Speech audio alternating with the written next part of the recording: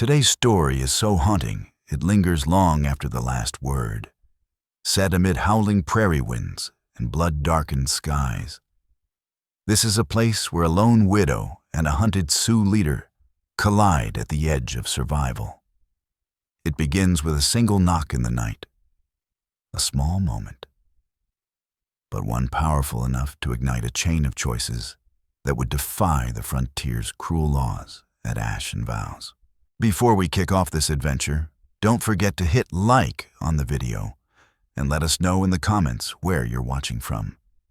The Dakota wind carried its bite across the open land, and courage showed itself in a place no one expected. In that unforgiving stretch of territory, a solitary widow named Ione Ashbury put everything she owned at risk by sheltering a wounded fugitive Sioux chief, all while relentless soldiers rode the country looking for him. She was no gun hand or outlaw, only a quiet woman who wanted peace and had learned to live without it. Fate dragged her into a struggle as old as the frontier. In a country split between settlers and native tribes, one act of mercy sent ripples across prairie and pass alike. What followed was an unlikely bond. Secrets kept in the open wind, and a stand taken against odds that offered no mercy. The sun sat low over the Dakota Territory, throwing bands of orange and pink across the distant Black Hills. Ione Ashbury leaned against the weathered fence around her modest ranch, the breeze pushing dark strands of hair across eyes worn by work. It was 1877. A year after the shock of Little Bighorn, the tension never truly settled. The U.S. Army pressed on, and the Sioux were pushed again and again from ground they once called their own. Ione's land lay half a day's ride from Deadwood, right where the open country began. She took comfort in the quiet there, the rolling grass, the soft talk of the creek nearby. At 32, widowed, she had shaped a spare life with the help of one hired hand, a grizzled older man named Bram Hollow, who had wandered west from Ohio after the war. Together, they kept the place alive, watching a few head of cattle, tending a horse or two, and working a small garden that fed them through the seasons. Years earlier, Ione's husband, Edrin Ashbury, had fallen sick. She tried to nurse him back, but the frontier showed no mercy. His death left her alone and tougher for it. She learned how to stand on her own feet. People in Deadwood respected that grit. Some offered help. Others whispered about the woman who turned away suitors and worked her land in silence. Ione heard the talk, but never let it shake her resolve. Everything shifted the day thunder rolled up the dirt road. Horses, soldiers, the sound of hooves on hardpans set her heart racing. Cavalry patrols were rare, and when they came, the air itself seemed to hold still. She wiped her hands on her apron, steadied herself, and stepped away from the fence. 3 mounted soldiers emerged through the dust, uniforms marked with the 7th Cavalry, still carrying the weight of the year before, whether they showed it or not. At their head rode Captain Rook Calder, square-jawed, gray-eyed, sharp as flint. Beside him was Sergeant Vex Rowan, his face set in a permanent shadow. And behind them, Finn Ashlock, a lean, freckled private who looked barely old enough to shoulder a rifle. Ione stayed where she was until Calder reined in near the fence. She smelled sweat and leather, tasted dust on her tongue. "Ma'am," Calder said, tipping his hat. "We're looking for a Sioux warrior, wounded most likely." He paused. "Name's Cale. Might be alone." A chill ran through her. She had heard the stories. Whispers of a Sioux leader called Cale. Some said he moved under the wider influence of Dakota. Others claimed he'd fought through the chaos at Little Bighorn and lived. Either way, the Army wanted him now, for refusing the reservation and for raids laid at his feet. I wouldn't know anything about that, Ione Ashbury said, holding Captain Rook Calder's stare without letting her voice waver. Haven't seen anyone out this way. It's just me, my hired hand, and a few head of cattle. You've got a barn, ma'am, the captain replied, his eyes sliding toward the weathered boards behind the house. Ione gave a small nod. Mind if we take a quick look? The words were polite enough, but the tight line of his jaw told her a refusal would only sharpen his interest. She swallowed. There was no clear reason to say no. Yet something in his tone and the way he studied her set her nerves on edge. I'll fetch Bram Hollow, she said. He can open it for you if you like. Calder swung down from the saddle. Finn Ashlock followed, while Sergeant Vex Rowan stayed mounted, scanning the horizon like a man expecting trouble. Ione called out, and Bram came around the side of the house with a small pitchfork in hand. He stiffened at the sight of the soldiers, a tired look passing over his lined face before he dipped his head in greeting. With Bram leading, they crossed the yard toward the barn. The smell of hay and animals hung heavy inside. The place was plain: 2 stalls, a few bales stacked without order, and a narrow loft mostly used for storage. Ione felt Calder's suspicion pressing in, felt Finn's unease as his eyes darted from corner to corner. They searched carefully, even peering up into the rafters, but found nothing. Kyle was not there. No tracks, no blood, nothing to suggest anyone had hidden inside. Ione let out a quiet breath. Calder stepped back into the yard as the late sun caught the dust drifting around him. We're heading north, he said, disappointment dry in his voice. If you see anything at all, report it to Fort Meade or the authorities in Deadwood. Ione nodded. You'll be the first to hear, she said. The captain gave a short nod, and the patrol rode off, leaving a ribbon of dust behind. Ione felt Bram's eyes on her. He lifted a brow in silent question.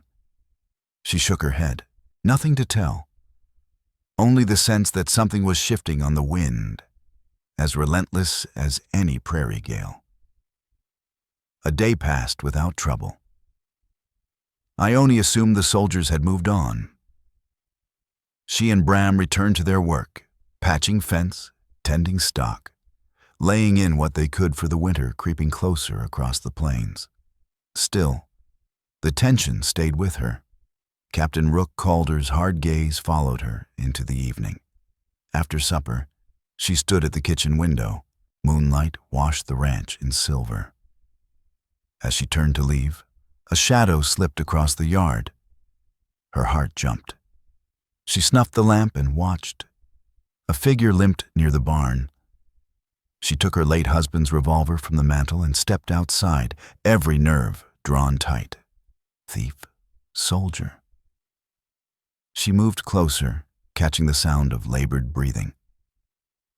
Rounding the corner, she lifted her lantern and froze. A tall native man sagged against the barn door, clothes torn, chest rising hard. Dust matted his long braids, and beneath his shoulder an arrow wound bled freely. His eyes met hers, dark, sharp, unyielding. She had never seen him before, but the stories came rushing back. His height, his authority, the hawk-bright focus of his stare. She knew who stood there. Her first instinct was to call for Bram, or raise the revolver in her hand. She stood frozen, her heart slamming against her ribs. He was badly hurt, alone, desperate, barely holding himself upright. The cavalry had been riding hard for him, and now he stood on her land, bleeding. He spoke in broken English, each word scraped raw by pain. Hide me, please. They will kill me. Ione Ashbury could not move. The revolver in her hand felt heavy as iron, dragging her arm down. She had never been made for violence.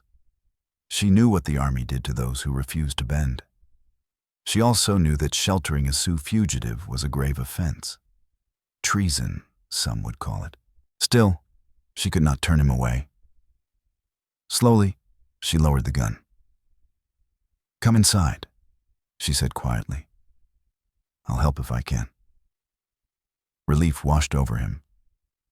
He managed a faint nod as his strength failed. She guided him toward the barn, the memory of soldiers tearing through it only a day earlier tightening her chest. She prayed they would not return. With Bram Hollow's help, she lifted Cale into the loft and laid him on a bed of straw. She brought water and clean cloths, her pulse racing so hard it made her dizzy. Bram watched her in silence as they worked, questions hanging unspoken between them. Before long, Kyle slipped into unconsciousness. Whether from blood loss or sheer exhaustion, she could not tell. Ione sank back on her heels, pressing a hand to her chest. She met Bram's eyes. He looked troubled, but he did not object. Like her, he had seen enough cruelty in his life to refuse aid to a dying man, even at terrible risk. "We'll keep him hidden," Ione said under her breath. "It's the right thing." Bram sighed, tugging his battered hat lower. Let's hope the army doesn't come sniffing around again. Deep inside, fear coiled tight. Fear she had not felt since Edrin Ashbury's last days. Kyle's presence in the barn felt like dry tinder waiting for a spark. Morning light slipped through the gaps in the boards, dust drifting in the air. Kyle stirred, pain twisting his features. Ione returned with warm water and knelt beside him. She had tended wounds before while caring for her husband, but never one like this. She cut away the shredded cloth at his shoulder with care.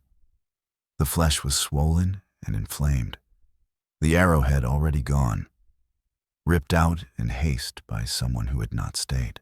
He sucked in a sharp breath, his body shaking, but he made no sound as she cleaned and bound the wound. Bram kept watch at the barn door, eyes sweeping the quiet land beyond. The stillness felt wrong, too calm.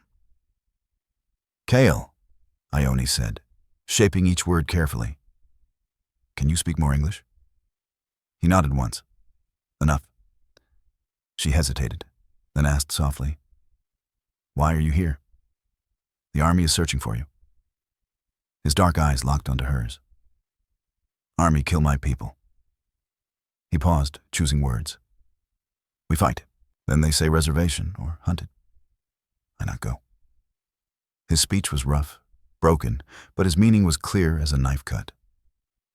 "I want live free," he said. "Soldiers chase." "I ran," he said, breath shallow. "Friends tried to get me away. Then I came here." Ione Ashbury pressed a cool cloth to his burning forehead. "You could have hidden anywhere," she said. "Why here? Why my barn?" A thin, weary curve touched his cracked lips. "Saw the light. Small ranch." He paused, thought maybe woman alone would not shoot. Ione let out a tight, nervous laugh and glanced at the revolver tucked into her apron. It had been a close thing. Cale shifted, pain cutting across his face. "I am in your debt." She studied him, the proud lines of his features marked by grief and resolve. It felt unreal to be this close to a man the army branded as savage. Her instincts told her otherwise. He was driven by need, shaped by loss, fighting to keep his people alive. "Rest," she said softly. "We'll talk when you're stronger." In the days that followed, Ione and Bram Hollow saw to Cale's needs. She brought him broth, salted meat, pieces of bread. Each time, his eyes held quiet thanks. When the pain eased, he spoke in fragments, of learning to hunt buffalo on open plains, of trying once to bargain for peace with Colonel Arlen Moss, of family taken by sickness after forced removal to the reservation. The pieces formed a hard story that clashed with the Army's claims of a bloodthirsty renegade. Bram listened without comment. Leone sensed a deeper unrest in him, too. Memories from another war, another time when the line between law and cruelty blurred. She didn't ask. On the frontier, everyone carried scars. They settled into a careful routine. Ione checked on Cale and kept him hidden in the loft. Bram handled the stock and watched the road, making sure no neighbors lingered. At night, Ione climbed the ladder with a lantern and changed Cale's bandages, sitting cross-legged in the hay. The language between them was spare, but something steady grew. She found him gentle beneath the exhaustion, his eyes holding sorrow and strength in equal measure. He saw in her a compassion that cut through the hatred of their divided worlds. Their fragile calm lasted only days. Without warning, hooves thundered down the road, many of them. Not a small patrol this time, but a full troop riding tight formation. Dust rolled over the ranch like a bad sign. Captain Rook Calder led them, flanked by Sergeant Vex Rowan, Finn Ashlock, and more than a dozen men. Ione hurried from the house, hoping to stop them before they reached the barn. Bram stood at the porch corner, twisting his hat in his hands. If they searched hard enough, they would find Cale. Calder swung down from the saddle. His face was harder than before. "Mrs. Ashbury," he said, voice clipped. "We have reason to believe Cale is in this area. My scouts picked up tracks leading this way," he went on. "We're conducting a full search of every property nearby." Ione's mouth went dry, but she held herself steady. "I can't see how that concerns my ranch. I haven't seen anyone." Calder watched her closely, as if weighing the slight tremor in her voice. "Sergeant," Captain Rook Calder snapped. "Take 4 men and sweep the perimeter. Check the barn, thoroughly. The creek, too. Anywhere a man could hide." Ione Ashbury's heart pounded so hard, she was sure he could hear it. She took a step to follow, but Calder lifted a hand and stopped her. "Stay here, Mrs. Ashbury. We don't want you hurt if things turn rough." The words carried suspicion, wrapped in a thin layer of courtesy. The only thing in her favor was that his men believed the barn had been empty the last time. But Cale was hidden now, deep in the loft.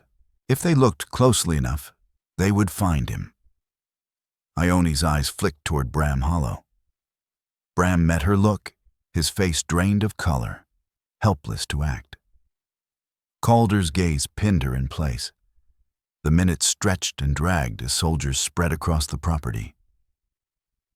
Then shouting broke out near the barn.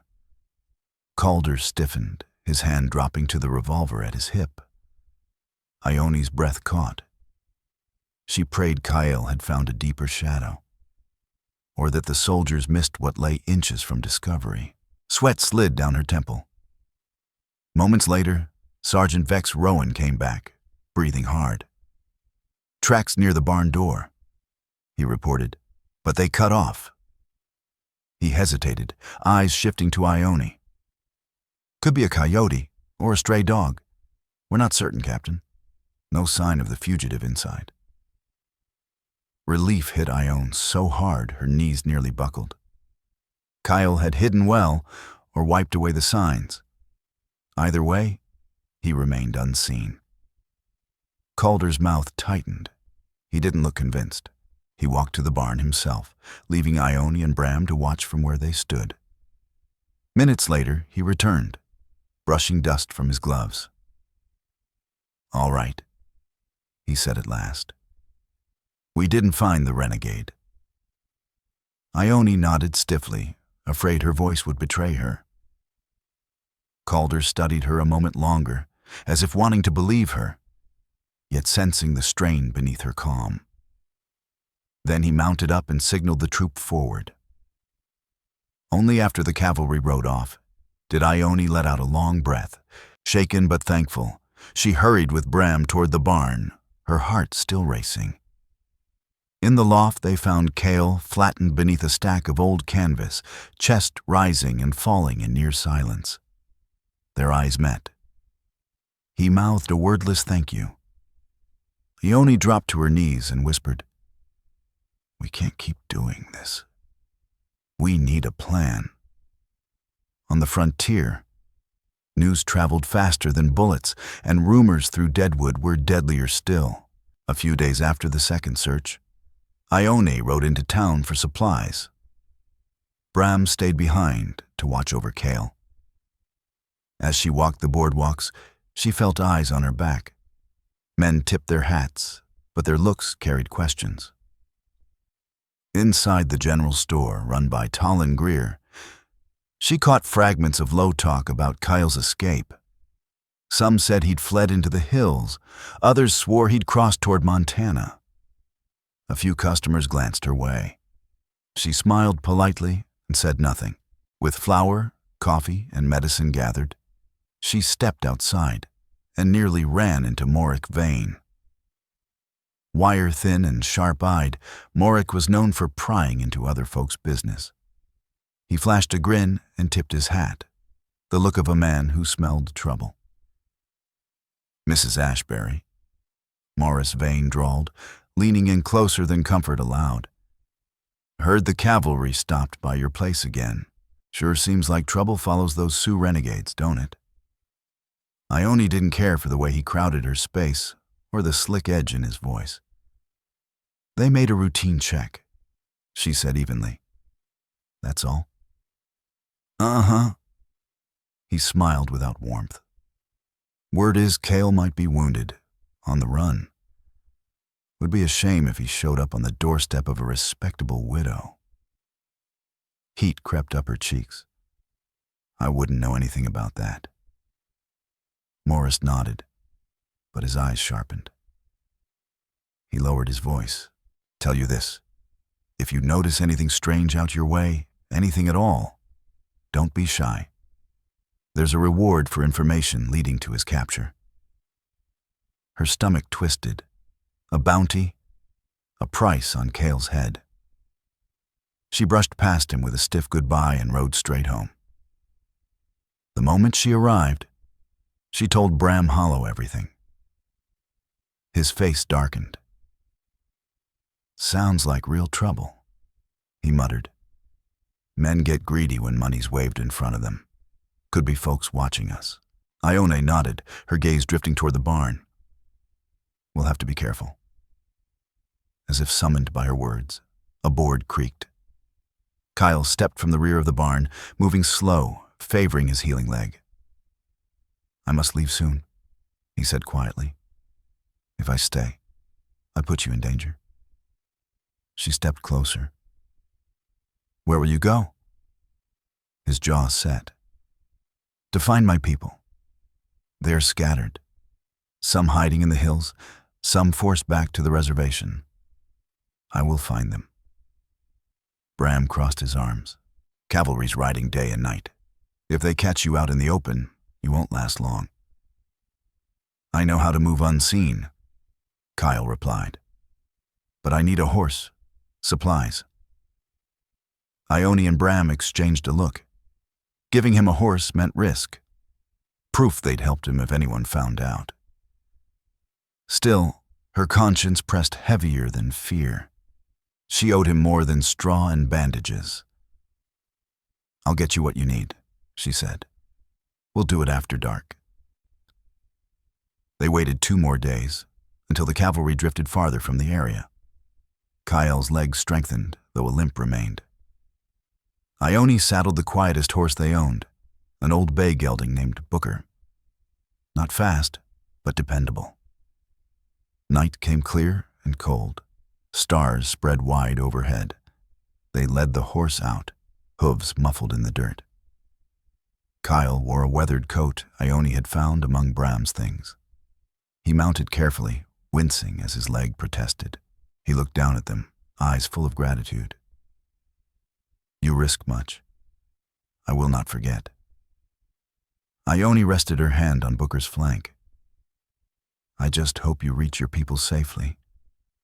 If the soldiers come back, we'll do what we can to throw them off." Kyle lifted his chin, dignity settling over him like armor. "My people owe you a debt. One day, we will repay it." Then he nudged the horse forward and rode into the darkness, fading into the rolling plains.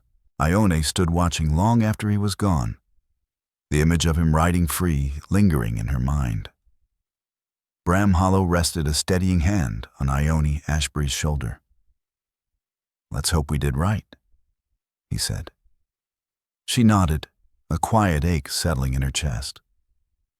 In her thoughts, a different future flickered, one where the army might brand her a traitor. Regret had no place now. She had opened her home and her heart to Cale, and that choice would follow her whatever came. Days stretched into a week, then nearly 2. Ione rose before dawn each morning, scanning the horizon, half expecting cavalry shapes against the light. None appeared. Life pressed on. She and Bram fed the stock, patched the roof, and readied the place for winter. She tried to push Cale from her thoughts. Had he slipped free, found his people, or fallen somewhere along the way? One cold morning brought an unexpected visitor, Finn Ashlock. He rode alone, wearing a plain blue cavalry jacket and an apologetic look that tightened Ione's nerves. Bram, splitting wood nearby, set the axe down and stepped close behind her. "Ma'am," Finn said, swinging off his horse with an awkward flourish. "Sorry to trouble you." She managed a polite smile. "What can I help you with, Private?" He cleared his throat, eyes flicking between Ione and Bram. "Captain Rook Calder sent me ahead to check in. We're riding north again, but word is Cale might be circling back this way. The captain wants to be sure folks are safe. See if anyone's noticed anything." There was a glint in Finn's eyes that went beyond courtesy. Ione sensed suspicion, though he lacked his captain's hard edge. Freckles stood out on a face too young to carry much war. "No sign of him here," she said evenly, "but I appreciate the army's concern." Finn shifted, lowering his voice. "Ma'am, I heard talk in Deadwood, rumors saying you might have helped him." Her heart jumped, but she held steady. "Whoever said that is wrong." He nodded quickly. "I believe you, truly. It's just, if you had seen him and he's gone now, sometimes it's better to say so before others twist it." She studied him, unsure whether he offered a warning or a trap. "I've told you the truth, Private," she said gently. "There's been no trouble here." Finn breathed out, resignation softening his shoulders. "All right, ma'am. I'll report that you've seen nothing unusual." Relief washed through her. At least he'd given her notice, maybe even a measure of protection. She watched him ride off, uncertain whether she'd gained an ally or drawn closer danger. Another week passed. More riders appeared along the road, some in cavalry blue, others dressed for the frontier. Talk thickened of outlaws and bounty hunters drifting in, lured by the reward on Cale's head. Then one evening, as the setting sun stained the land crimson, a figure stood at the ranch gate. Morris Vane, and this time there was no friendly grin on his face. He wasn't alone. 2 men flanked Morris Vane, both carrying rifles. "Mrs. Ashbury," Morris called out, stopping short of the fence. "We need a word." Ione Ashbury stepped onto the porch, Bram Hollow close behind her. Her eyes went to the rifles despite herself. "What is it, Morris?" He didn't tip his hat, Word is you've been hiding, Kale. Army's getting ready to come down hard on anyone helping him. Best you start talking, or things could turn ugly. Heat rushed to her face. I don't know where you're getting that, but it's a lie. Morris' grin turned sharp. Then you won't mind us taking a look around, just to be sure. Her heart slammed. You have no right. They moved anyway, pushing the gate open. Bram stepped in front of her, shoulders squared. You heard her. You don't belong here. One of the riflemen spat into the dirt. We got plenty of business. This is territory land, not a state yet. If you're hiding an Indian, you're breaking the law, and we're collecting that reward. Ione's stomach nodded.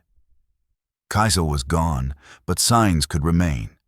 Tracks, an arrow shaft, a scrap of cloth. Any trace could turn this into violence, or land her in irons. Morris sneered. Step aside, Bram, or we'll move you. Before the standoff could snap, a voice cut in behind them. That's far enough. They turned to see Finn Ashlock riding up with 2 cavalry troopers. Finn dismounted, his face set, his voice carrying more authority than she'd heard from him before. On whose orders are you trespassing? Morris stiffened, hand still near his rifle. We're hunting a fugitive, he said, eyes flicking to the soldiers. Army's paying for information, ain't it? That's not how it works, Finn shot back. You don't storm private land without cause. If Mrs. Ashbury's hiding someone, that's for the cavalry to handle, not vigilantes. The air felt heavy, like a storm about to break.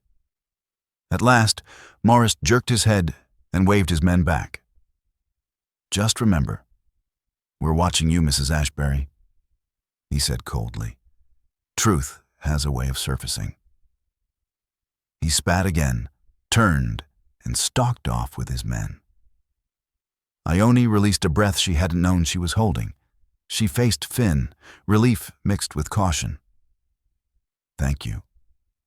He nodded once. This is bigger than you think, ma'am. With that bounty, trouble's bound to follow. Be careful. I will, she said quietly. Finn mounted up, tipped his hat, and rode off with the troopers. The yard fell silent again. Bram shook his head. That was too close. I know, Ione said, closing her eyes. I just hope Kyle is far from here before someone gets hurt. Autumn spread gold across the grasslands. Nights turned colder, the wind sharper. Ione and Bram worked from dawn to dark, cutting firewood, salting meat, laying in stores for winter. Yet a steady unease followed every task, fed by the knowledge that men like Morris Vane were still out there, hunting for any hint of guilt. Then, as if the tension itself had called it forth, disaster arrived in the dead of night. A hard knock struck Ione Ashbury's door. She lit a lantern and opened it to find a soldier swaying on her threshold, uniform torn, eyes wide with terror. Blood darkened his sleeve. He nearly collapsed. Ma'am, please, he rasped. We were ambushed. Ione pulled him inside at once, calling for Bram Hollow. Together they eased the soldier into a chair. He hissed in pain, forcing the words out. We were on patrol near the creek. A Sioux band hit us, killed the sergeant. I barely got away. His grip tightened on Ione's arm. They might be headed this way. Cold spread through her chest. Had Cale returned? Or was this another desperate band striking back? The soldier dragged in a breath. Name's Corin Vale, he said. My unit's scattered. We need help. Ione pressed a clean cloth to the wound. We'll do what we can. Where are the others? Dead. Or running. He gasped. Captain Rook Calder will send reinforcements, but they'll be late. If the Sioux come here, you need to run. Bram's brow furrowed. We can't abandon the ranch. Corin's eyes fluttered. Then you may have to fight. Ione's gaze drifted to her husband's old rifle against the wall. Her heart hammered at the thought. She wasn't made for killing, but the frontier rarely offered mercy or choice. Lie still, she said, forcing calm into her voice. We'll tend to this. As she cleaned the gash, memories of Cale's quiet gratitude surfaced. Could he truly lead an attack on a homestead? Or was this another group entirely fractured, driven by hunger and fear? With Corin stabilized, Bram lit lanterns and kept watch outside. The night stretched on, sleepless and heavy. Every rustle sounded like a warning. Dawn finally broke, washing the horizon in pale lavender. No attackers came. But the wound worsened. They had to get him to proper care. When Corin could sit upright, Ione helped him onto a horse. Bram would ride with him to Fort Meade, a full day away. Go quick, she urged. She didn't want to be alone long. Before mounting, Bram said softly, Lock up. Keep that rifle close. She nodded, steadying herself. I will. She watched them ride out. Corin slumped in the saddle.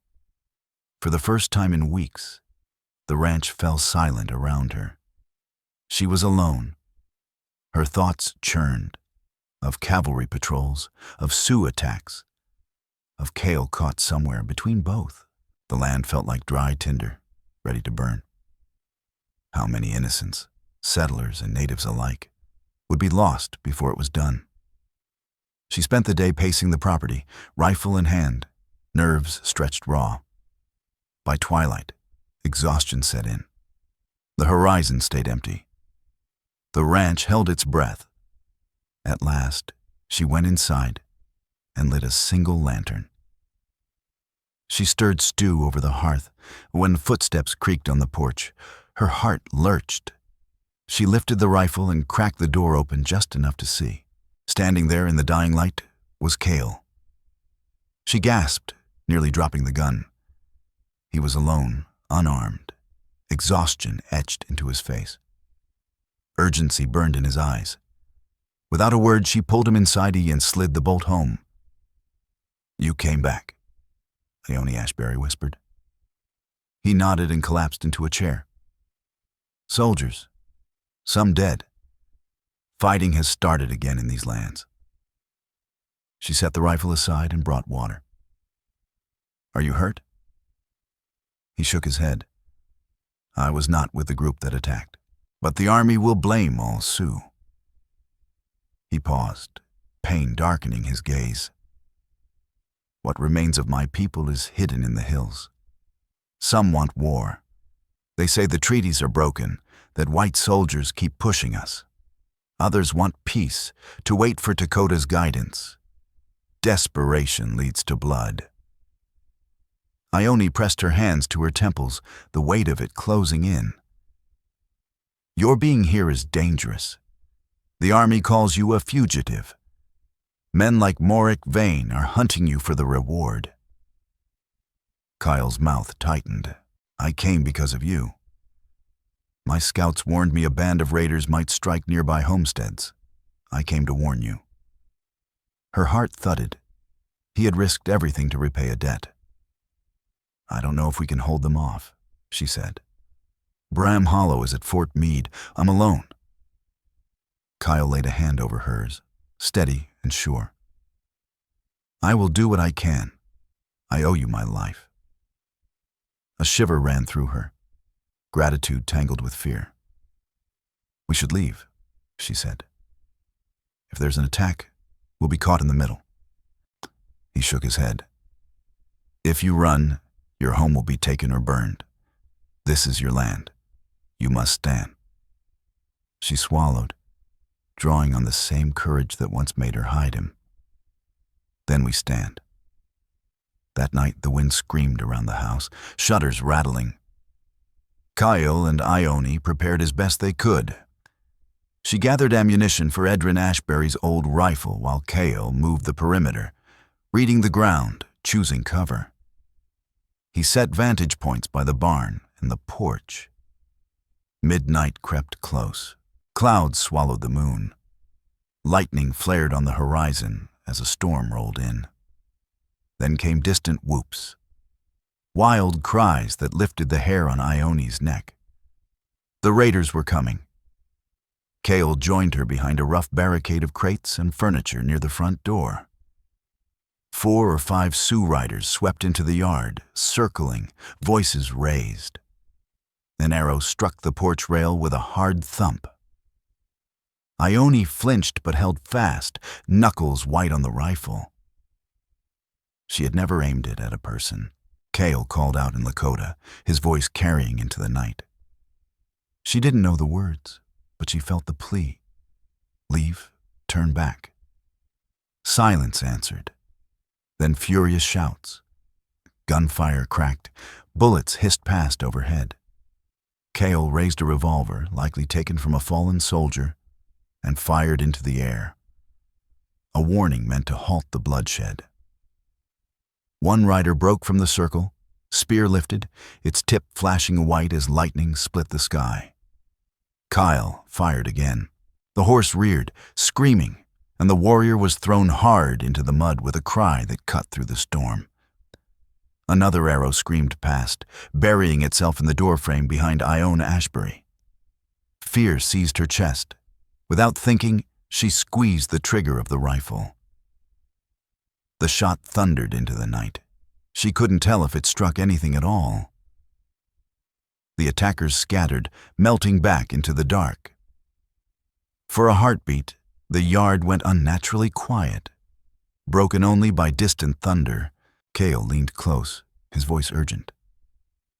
They will return, from another side. We must hold until dawn, or until soldiers come. Her pulse pounded. She prayed Bram Hollow would return with help from Fort Meade. Then a new sound rolled in from the southern road, the pounding of hooves. Lanterns and torches bobbed through the rain. Relief died instantly. These riders were not cavalry. As the shapes drew closer, dread settled in her gut. Morris Vane and his men, drawn by gunfire. The yard erupted into chaos. The Sioux raiders turned to meet the new threat. Gunshots cracked. War cries tore through the rain and dust. Morik spotted Ione on the porch and shouted curses at her. Shots ripped through the darkness. One raider fell from his horse. One of Morris's men screamed and went down. Ione crouched low, breath ragged, the world reduced to noise and terror. Madness swirled around her ranch, fear, hatred, greed colliding in one violent storm. Kale fired with care, dropping one of Morik's men who had lined up a shot at the house. Moritz dove behind the water trough and returned fire as lightning split the sky again. Rain came hard, turning dust to slick mud. Outnumbered, the raiders began to falter. Kale shouted to them in Lakota, his voice cutting through the storm, urging them to withdraw. A few more arrows flew, then the pressure from Morik's rifles forced them back. With furious cries, the riders wheeled and vanished into the darkness. Only Morris and his men remained, soaked, wounded, and burning with vengeance. Morris caught sight of Kale's outline in the lightning. His face twisted. "There he is. Finish it," he snarled. Ione pulled the trigger again. Click. Empty. Her hands shook as she fumbled to reload, while Moritz and 2 men advanced. Kale raised his revolver, then hesitated. 1 round left. Lightning lit Morris's face. Greed and hate carved deep. Then, from the north, whooping cries cut through the storm. More riders surged in. Ione's heart lurched, expecting another attack. Until lightning revealed an elder in flowing robes at the front, mounted and calm, with braves riding behind him. Satek. an elder allied to Cale's people. Morris and his men froze, suddenly trapped between the house and the newcomers. One turned to flee, only to have an arrow slice past his ear, stopping him cold. Satek barked commands. The braves advanced, not shouting, not charging, but closing in, sealing every path of escape. In the sudden stillness, rain streaming down his face, Cale stepped forward. He spoke rapidly to the elder in Lakota, pointing first to Ione, then to the armed men at her gate. The elder inclined his head, solemn and unyielding. Morris Vane's men, soaked through and boxed in, trembled where they stood. Morris clutched his rifle, his face drained of color. We only wanted the bounty," he stammered, as if money might matter here. Satek fixed him with a hard, measuring stare, then spoke to Cale, who turned and translated in rough, careful words for Ione Ashbury. "He says these men attacked your home. They threatened you." Ione nodded, her voice tight. They came for the reward on Cale's head. Satek lifted a hand. One of the braves stepped forward and wrenched the rifle from Morris's grip, leaving him defenseless. For a heartbeat, it felt as though death hovered close. Then the elder paused. Kyle looked to Ione, a question in his eyes. She swallowed, fear and resolve twisting together. "Let them go," she said quietly. "Enough blood has been spilled." Kyle relayed her words. Satek studied her for a long moment, rain streaking his lined face. Then he gave a short nod. Morris and his men were driven back under watchful eyes, stumbling into the storm. They vanished into the darkness, shaken, humiliated, but alive. Ione exhaled, her knees weak as exhaustion washed over her. The yard was littered with the fallen, raiders left behind, wounded horses stamping and snorting in fear. Through the rain, Ione saw the silhouettes of Cale's people, their gazes resting on her with something like respect. Mercy had been chosen when vengeance would have been easier. A quiet certainty settled in her chest. Something had been forged here, through blood and rain. By dawn, the storm broke, leaving the land sodden and gray. Satek's band made a temporary camp near the ranch. Kyle explained they had been tracking the renegade raiders, trying to stop more killing. When word reached them that Kyle was nearby, they rode hard. Some had circled wide and seen Morich's men closing in.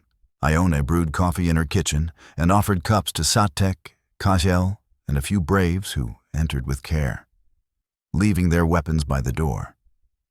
Words were few, but Kajel bridged what he could. "We do not forget those who help our people," Kyle translated. "We stand together. The elder says you are welcome among us, now and always." Ione bowed her head. "Thank you." She shared what blankets and supplies she could spare. For the first time in weeks, she did not feel alone. By midday, Bram Hollow returned with a small detachment of soldiers led by Captain Rook Calder. They reined in to find Sioux camped on Ione's land.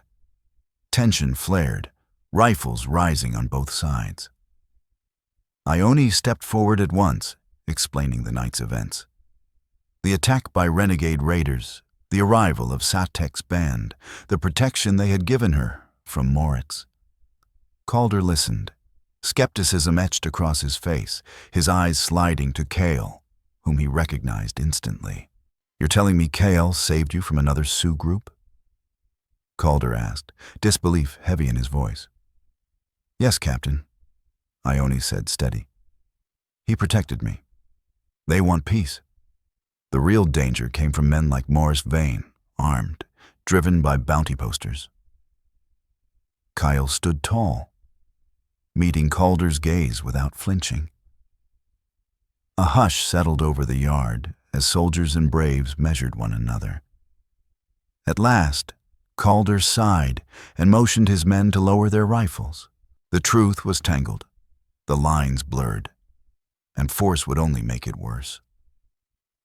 The weariness ran too deep for another clash. Satek's band had done what the soldiers could not, driven off renegades and protected a settler's home. Even a few of Captain Rook Calder's men could see the truth in Ione Ashbury's words. Not every Sioux was an enemy. Calder cleared his throat. Mrs. Ashbury, harboring a fugitive is a crime. He paused, rainwater dripping from his hat brim. But given the circumstances and the help you rendered, I'll see that no charges are filed. He fixed Kyle with a narrowed stare. For now, I expect you to keep the peace. Kyle stood straight. We do not seek more fighting, he said evenly, but we will not be driven from our lands again. Calder said nothing. Frustration warred with a grudging respect in his eyes. The standoff ended in a fragile truce. The soldiers pulled back, and Satek chose to lead his people into the hills before fresh violence could spark. Kyle lingered in the yard with Ione, preparing to leave. Before he turned away, he pressed a small beaded bracelet into her palm. The pattern was tight and careful, symbols of protection and gratitude. You risked everything for me, he said. My people remember such debts. If you ever need us, he added quietly, show this to anyone who knows my name or Satek's. They will help you. Ione's throat tightened. Thank you. She watched the riders fade into the distance, early winter light catching the braids in their hair. There was no regret in her chest, only a cautious hope that this land might one day know peace. Weeks passed. Snow settled over the plains, muffling the world in white. Ione returned to her routines, mending fence lines, hauling firewood, keeping the ranch alive. Bram Hollow, who had seen more violence than he ever wanted again, could not shake the sense that something fundamental had shifted after that stormy night. The army and the Sioux still eyed one another warily. Yet a fragile understanding lingered. Not every meeting had to end in blood. Captain Calder came by once more under the guise of official duty. He remained formal, but Ione felt the unspoken question behind his eyes. Why trust those you were taught to fear? She had no easy answer, only the memory of the humanity she had seen in Cale's gaze. Moritz Vane vanished from the region. Rumor claimed he fled after the debacle at Ione's ranch.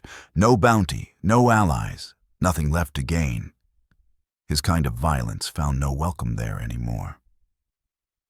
On bitter nights, when the wind scoured the snowfields, Ione sometimes held the beaded bracelet and remembered Cale's promise. What they had forged, tested by fire, sealed by mercy, lingered beyond fences and borders. She thought of his people in the hills, enduring a world that kept changing around them, and hoped a gentler future waited. Life went on, but it was never the same.